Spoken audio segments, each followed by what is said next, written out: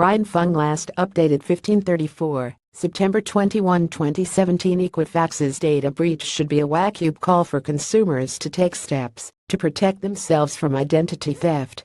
It has been almost 2 weeks since Equifax first admitted it had been hacked in a massive breach affecting as many as 143 million consumers.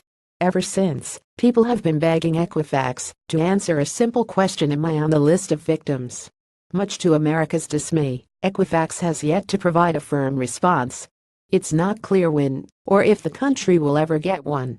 It doesn't matter who hacks you or who leaks your information, it happens, so protect yourself from identity theft and financial fraud now. But the most depressing thing is not Equifax's failure to tell consumers definitively whether they, individually, are at risk. The most depressing thing is that, at this point, the answer may not even matter.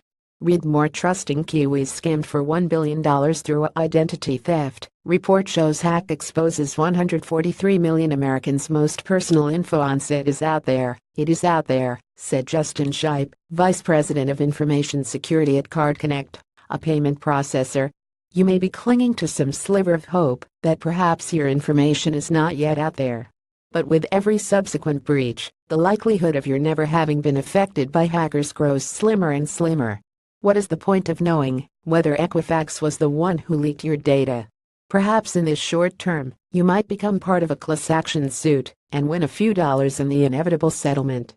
But in the long run, this knowledge does not help you any more than discovering you were affected by the 2013 data breach at Target, the 2014 incident at Home Depot, and the 2015 break-in at the Office of Personnel Management. If I knew I was affected, I would take steps to protect myself, like freezing my credit, you say. To which I would say, why wait? Many Americans have already called to freeze their credit or place preemptive fraud alerts on their accounts, and they are as in the dark right now as everyone else who is not Equifax. You do not need knowledge that you were affected to protect yourself. If Equifax told individuals whether their information was leaked, couldn't they trace cases of future identity theft to the hack? Experts say that is extremely unlikely.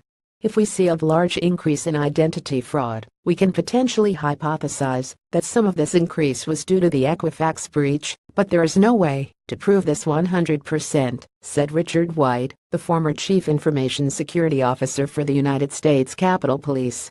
The more time passes, the harder it becomes for a number of reasons, mainly because of new cyber attacks that expose more information. Even if you could prove a link, what could you do with that revelation that you have not already done? Let's run a little thought experiment. Suppose you were a victim of not only the Equifax breach, but also the breaches at Target, Home Depot, OPM or Anthem. Now imagine that in 2020, you check your credit report and find out that somebody opened a fraudulent credit card account in your name. How would you know which breach produced the data that allowed criminals to create the new line of credit?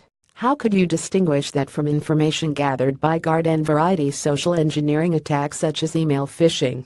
What would it even matter? At that point, you have been compromised. Whether Equifax was the one to leak your data becomes irrelevant. You should still be keeping a close eye on your credit reports for any suspicious or unusual activity, such as new loans or credit cards you did not ask for. The Washington Post.